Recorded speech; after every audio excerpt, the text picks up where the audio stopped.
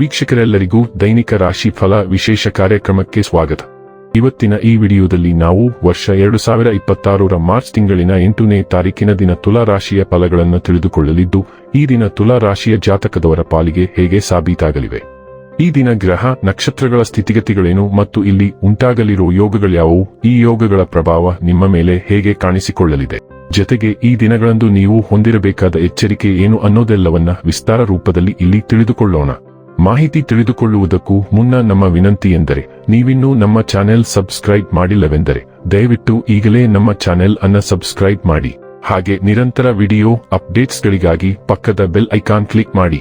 ವಂಶ ಪಾರಂಪರ್ಯ ಜ್ಯೋತಿಷ್ಯರು ನಂಬರ್ 1 ವಶೀಕರಣ ಸ್ಪೆಷಲಿಸ್ಟ್. ವೃತ್ತಿ, ಉದ್ಯೋಗ, ಮದುವೆ, ಹಣಕಾಸಿನ ಸಮಸ್ಯೆ, ವ್ಯಾಪಾರ, ಆರೋಗ್ಯ ಸಮಸ್ಯೆಗಳಿಗೆ ಫೋನಿನ ಮೂಲಕ ಪರಿಹಾರ.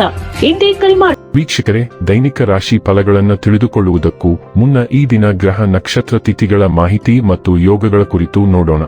ಈ ದಿನವು ಶನಿವಾರದ ದಿನವಾಗಿರಲಿದ್ದು, ಫಾಲ್ಗುಣ ಮಾಸದ ಕೃಷ್ಣ ಪಕ್ಷದ ಪಂಚಮಿಯ ತಿಥಿ ಇರಲಿದೆ. ಪಂಚಮಿ ತಿಥಿಯು ಈ ದಿನ ರಾತ್ರಿಯ 9:10 ಇರಲಿದ್ದು, ನಂತರದಲ್ಲಿ ಷಷ್ಠಿ ತಿಥಿ ಪ್ರಾರಂಭವಾಗಲಿದೆ. ಜೊತೆಗೆ ಈ ದಿನ ಮಧ್ಯಾಹ್ನದ 1:31 ಸ್ವಾತಿ ನಕ್ಷತ್ರದ ಗೋಚರವಿರಲಿದ್ದು, ನಂತರದಲ್ಲಿ ವಿಶಾಖ ನಕ್ಷತ್ರದ ಗೋಚರ ಪ್ರಾರಂಭವಾಗಲಿದೆ. ಜೊತೆಗೆ ಈ ದಿನ ಬೆಳಿಗ್ಗೆಯ 7:04 ಧ್ರುವ ಹೆಸರಿನ ಯೋಗ ಇರಲಿದ್ದು, ನಂತರದಲ್ಲಿ ವ್ಯಾಘಾತ ಹೆಸರಿನ ಯೋಗ ಪ್ರಾರಂಭವಾಗಲಿದೆ. ಇನ್ನು ಈ ದಿನ ಚಂದ್ರದೇವನು ತುಲಾರಾಶಿಯಲ್ಲಿ ಗೋಚರಿಸಲಿದ್ದೆ, ಅದೇ ಸೂರ್ಯದೇವನು ಈ ದಿನ ಕುಂಭರಾಶಿಯಲ್ಲಿ ಗೋಚರಿಸಲಿದ್ದಾನೆ. ಇನ್ನು ಈ ದಿನದಂದು ಅಭಿಜಿತ್ ಮುಹೂರ್ತ ಮಧ್ಯಾಹ್ನದ 12:09 ಇಂದ ಮಧ್ಯಾಹ್ನದ 12:56 ಇರಲಿದೆ. ಇದು ಈ ದಿನದ ಗ್ರಹ ನಕ್ಷತ್ರ ತಿಥಿಯ ಕುರಿತಾದ ಮಾಹಿತಿಯಾಗಿದ್ದು, ಇದರ ಆಧಾರದ ಮೇಲೆಯೇ ನಿಮ್ಮ ದಿನಚರಿಯಲ್ಲಿಯೂ ಬದಲಾವಣೆ ಕಂಡು ಬರಲಿದೆ.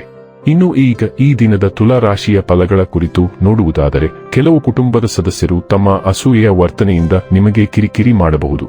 ಆದರೆ ತಾಳ್ಮೆ ಕಳೆದುಕೊಳ್ಳುವುದು ಬೇಡ. ಇಲ್ಲದಿದ್ದರೆ ಪರಿಸ್ಥಿತಿ ನಿಯಂತ್ರಣ ಮೀರಬಹುದು.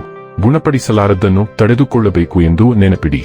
ನೀವು ವಿಪರೀತವಾಗಿ ಖರ್ಚು ಮಾಡುವುದನ್ನು ನಿಲ್ಲಿಸಿದಾಗ ಮಾತ್ರ ನಿಮ್ಮ ಹಣವು ನಿಮ್ಮ ಕೆಲಸಕ್ಕೆ ಬರುತ್ತದೆ ಎಂದು ನೀವು ಈ ವಿಷಯವನ್ನು ಚೆನ್ನಾಗಿ ಅರ್ಥಮಾಡಿಕೊಳ್ಳಬಹುದು. ಕುಟುಂಬದಲ್ಲಿ ತೊಂದರೆಯುಂಟಾಗಬಹುದು. ಕುಟುಂಬದ ಜವಾಬ್ದಾರಿಗಳ ಬಗ್ಗೆ ನಿಮ್ಮ ಉದಾಸೀನತೆ ಅವರಿಗೆ ಸಿಟ್ಟು ತರಬಹುದು. ನಿಮ್ಮ ಪ್ರೇಮಿಯ ಮಾತುಗಳಿಗೆ ನೀವು ತುಂಬಾ ಸಂವೇದನಾಶೀಲರಾಗಿರುತ್ತೀರಿ. ನೀವು ನಿಮ್ಮ ಭಾವನೆಗಳನ್ನು ನಿಯಂತ್ರಣದಲ್ಲಿಟ್ಟುಕೊಳ್ಳಬೇಕು ಮತ್ತು ಪರಿಸ್ಥಿತಿಯನ್ನು ಬಿಗಡಾಯಿಸಬಹುದಾದ ಏನನ್ನೂ ಮಾಡಬಾರದು. ಉಚಿತ ಸಮಯದಲ್ಲಿ ಇಂದು ನೀವು ನಿಮ್ಮ ಮೊಬೈಲ್ ಫೋನ್ ಅಲ್ಲಿ ಯಾವುದೇ ವೆಬ್ ಸರಣಿಯನ್ನು ನೋಡಬಹುದು. ನಿಮ್ಮ ಸಂಗಾತಿ ಇಂದು ಕೆಲವು ಕಷ್ಟಕರ ಸಂದರ್ಭಗಳಲ್ಲಿ ನಿಮಗೆ ಬೆಂಬಲ ನೀಡಲು ಹೆಚ್ಚು ಆಸಕ್ತಿ ತೋರಿಸದಿರಬಹುದು. ನಿಮ್ಮ ತಂದೆ ನಿಮಗಾಗಿ ಯಾವುದಾದರೂ ಉಡುಗೊರೆ ತರಬಹುದು. ಇಂದು ನಿಮ್ಮ ಕ್ರಿಯೆಗಳಿಗೆ ಮಾರ್ಗದರ್ಶನ ನೀಡುವ ಆಧ್ಯಾತ್ಮಿಕ ಮನಸ್ಥಿತಿಯನ್ನು ನೀವು ಅನುಭವಿಸಬಹುದು. ನೀವು ಕೆಲವು ಧಾರ್ಮಿಕ ಚಟುವಟಿಕೆಗಳಲ್ಲಿ ತೊಡಗಬಹುದು ಅಥವಾ ದೇವಾಲಯಕ್ಕೆ ಭೇಟಿ ನೀಡಬಹುದು. ಕೆಲವು ಸ್ಫೂರ್ತಿದಾಯಕ ಕೃತಿಗಳನ್ನು ಅಥವಾ ಒಬ್ಬ ಮಹಾನ್ ನಾಯಕನ ಜೀವನ ಚರಿತ್ರೆಯನ್ನು ಓದಿ, ಏಕೆಂದರೆ ಆ ಕೃತಿಗಳಲ್ಲಿ ನಿಮ್ಮ ಜೀವನಕ್ಕೆ ಹೆಚ್ಚು ಪ್ರಸ್ತುತವಾದದ್ದನ್ನು ನೀವು ಕಾಣಬಹುದು. ಗದ್ದಲದ ಚಟುವಟಿಕೆಗಳಲ್ಲಿ ತೊಡಗಿಸಿಕೊಳ್ಳದಿರುವುದು ಉತ್ತಮ. ಬದಲಾಗಿ ದಿನವನ್ನು ಶಾಂತ ಚಿಂತನೆಯಲ್ಲಿ ಕಳೆಯಿರಿ ಮತ್ತು ನೀವು ಶಾಂತಿಯನ್ನು ಕಂಡುಕೊಳ್ಳಲು ಸಾಧ್ಯವಾಗುತ್ತದೆ. ಆರೋಗ್ಯ ಮತ್ತು ಸ್ವಾಸ್ಥ್ಯ ಬಗ್ಗೆ ತಿಳಿದುಕೊಳ್ಳೋಣ. ಎದೆ ಮತ್ತು ಜೀರ್ಣಾಂಗ ವ್ಯವಸ್ಥೆಯಲ್ಲಿನ ಅಸ್ವಸ್ಥತೆ ಜೊತೆಗೆ ಸೈನಸ್ ಅಥವಾ ಶ್ವಾಸಕೋಶದ ಸೂಕ್ಷ್ಮತೆಯ ಬಗ್ಗೆ ಎಚ್ಚರದಿಂದಿರಿ. ಕೀಲು ನೋವು ಅಥವಾ ಪಿತ್ತಕೋಶದ ಸಮಸ್ಯೆಗಳು ಉದ್ಭವಿಸಬಹುದಾದರೂ ನಿಮ್ಮ ತ್ರಾಣವು ಬಲವಾಗಿರುತ್ತದೆ. ಪೋಷಕಾಂಶಗಳ ಹೀರಿಕೊಳ್ಳುವಿಕೆ ಕಡಿಮೆಯಾಗಬಹುದು. ಆದ್ದರಿಂದ ಬೆಳ್ಳುಳ್ಳಿಯಂತಹ ನೈಸರ್ಗಿಕ ಬೆಂಬಲಗಳೊಂದಿಗೆ ನಿಮ್ಮ ಆಹಾರವನ್ನು ಹೆಚ್ಚಿಸಿ. ಕಡಿಮೆ ರೋಗನಿರೋಧಕ ಶಕ್ತಿಯ ಬಗ್ಗೆ ಎಚ್ಚರದಿಂದಿರಿ ಮತ್ತು ದೇಹದ ಶಕ್ತಿಯನ್ನು ಕಾಪಾಡಿಕೊಳ್ಳಿ. ಡೈಲಿ ಲವ್ ಮತ್ತು ರಿಲೇಶನ್ಶಿಪ್ ಬಗ್ಗೆ ತಿಳಿದುಕೊಳ್ಳೋಣ. ನಿಮ್ಮ ಸಂಗಾತಿ ಈಗ ವಿಚಿತ್ರವಾದ ಬೇಡಿಕೆಗಳು ಮತ್ತು ಕಲ್ಪನೆಗಳೊಂದಿಗೆ ಬರಬಹುದು. ನಿಮ್ಮ ಸಂಬಂಧಗಳಿಗೆ ಸಂಬಂಧಿಸಿದಂತೆ ನೀವು ಸಾಮಾನ್ಯವಾಗಿ ಗಂಭೀರ ವ್ಯಕ್ತಿಯಾಗಿದ್ದರೂ ಪ್ರಯೋಗ ಮತ್ತು ಸಾಹಸಕ್ಕೆ ಇದು ಸರಿಯಾದ ಸಮಯ. ನೀವು ನಿಮ್ಮ ತುಂಬಾ ಗಂಭೀರವಾದ ನಿಲುವಂಗಿಯನ್ನು ತ್ಯಜಿಸಬೇಕು ಮತ್ತು ಒಳಗಿನ ಮಗುವಿಗೆ ಸ್ವಲ್ಪ ಮೋಜು ಮಾಡಲು ಅವಕಾಶ ನೀಡಬೇಕು. ಇದು ನಿಮ್ಮ ಒತ್ತಡವನ್ನು ನಿವಾರಿಸುವಲ್ಲಿಯೂ ಸಹ ಬಹಳ ದೂರ ಹೋಗುತ್ತದೆ. ವೃತ್ತಿ ಮತ್ತು ಹಣ ಬಗ್ಗೆ ತಿಳಿದುಕೊಳ್ಳೋಣ.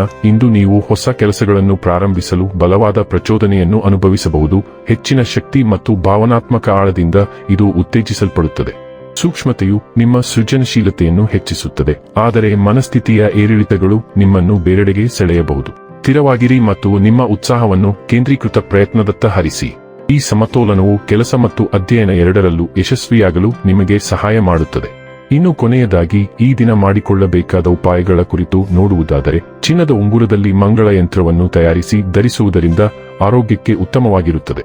ವೀಕ್ಷಕರೇ, ಇದಾಗಿತ್ತು ತುಲಾ ರಾಶಿಯ ಜಾತಕದವರ ದೈನಿಕ ರಾಶಿ ಫಲದ ಮಾಹಿತಿ. ಮಾಹಿತಿ ಇಷ್ಟವಾದರೆ ವಿಡಿಯೋವನ್ನು ಲೈಕ್ ಮತ್ತು ಶೇರ್ ಮಾಡಿ. ಹಾಗೆ ಚಾನೆಲ್ ಸಬ್ಸ್ಕ್ರೈಬ್ ಮಾಡುವುದರ ಜೊತೆಗೆ ನಿರಂತರ ವಿಡಿಯೋ ಅಪ್ಡೇಟ್ಸ್ಗಳಿಗಾಗಿ ಪಕ್ಕದ ಬೆಲ್ ಐಕಾನ್ ಕ್ಲಿಕ್ ಮಾಡಿ.